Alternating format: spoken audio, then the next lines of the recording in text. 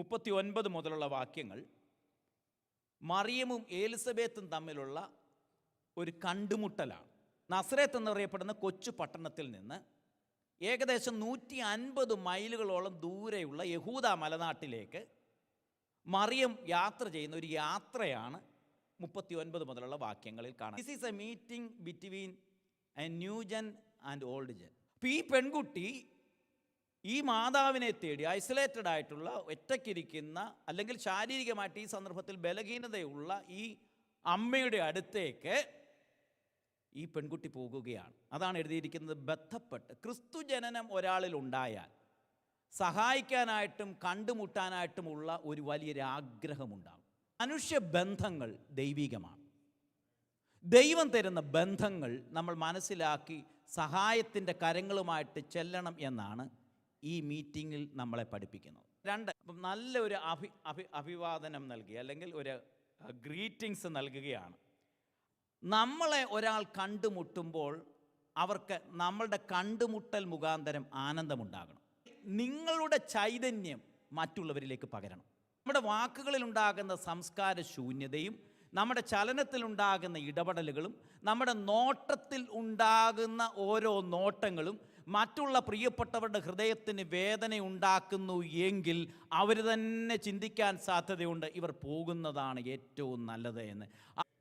എലിസബത്തിൻ്റെ മനസ്സിൻ്റെ ആ സ്വാഗതാർഹമായിരിക്കുന്ന ആ സ്വീകരണമുണ്ടല്ലോ, ഈ കൊച്ചു പെൺകുട്ടി അനുഭവിച്ച ദൈവാനുഗ്രഹത്തിൻ്റെ മുൻപിൽ അവളെ അപ്രീഷിയേറ്റ് ചെയ്യത്തക്ക രീതിയിൽ പറയുന്നൊരു പദപ്രയോഗം അവിടെയുണ്ട്.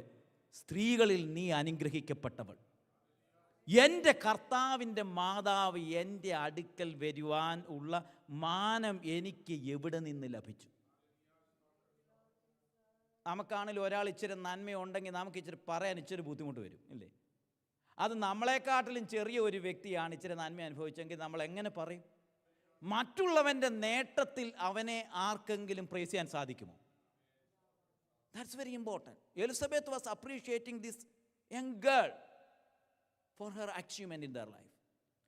അന്നത്തെ സമൂഹത്തിൽ എല്ലാവരും പ്രതീക്ഷിച്ചിരുന്ന മെഷിയ അവളുടെ ഉദരത്തിൽ ജനിച്ചിരിക്കുന്നെന്ന് വാർത്ത കേട്ടപ്പോൾ അന്നത്തെ പുരോഹിതൻ്റെ ഭാര്യ പറയുകയാണ്, എൻ്റെ കർത്താവിൻ്റെ അമ്മ എൻ്റെ അടുക്കൽ വരുവാനായിട്ടുള്ളൊരു മാനം, എൻ്റെ വീട്ടിൽ വരുവാനായിട്ടുള്ളൊരു മാനം എനിക്കുണ്ടായല്ലോ. എത്ര ഉദാത്തമായിരിക്കുന്ന കാഴ്ചപ്പാടാണ്, ദർശനമാണ് ഉണ്ടായിരിക്കുന്നത്. ആ ഒരു വലിയ എൻകറേജ്മെൻ്റാണ് അവളെ ഈ പാട്ടിലേക്ക് കൊണ്ടുവന്നത്. അപ്പം നമ്മുടെ ഇടപെടൽ മുഖാന്തരം ചിലർ പാട്ടുകളുണ്ടാവും. നമ്മുടെ ഒരു ഇടപെടൽ മുഖാന്തരം എത്രയോ പ്രിയപ്പെട്ടവർ പ്രൊഡക്റ്റീവായി തീരും.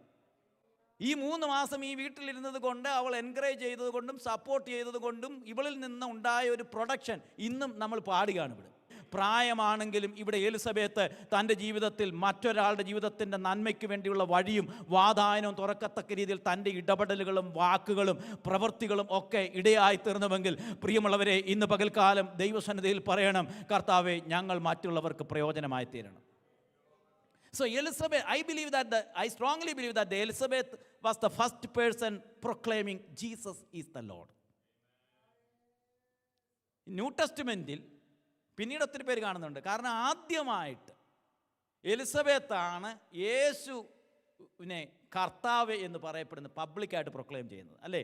ഇവിടെ അങ്ങനെയാണ് രേഖപ്പെടുത്തിയിരിക്കുന്നത്, എൻ്റെ കർത്താവിൻ്റെ മാതാവ് എൻ്റെ അടുക്കൽ വരുവാനായിട്ടുള്ള മാനം എനിക്ക്. So this is the first time in the New Testament Elizabeth was the first person proclaiming Jesus is the Lord. And this Jesus came into my house, into my heart, into my life.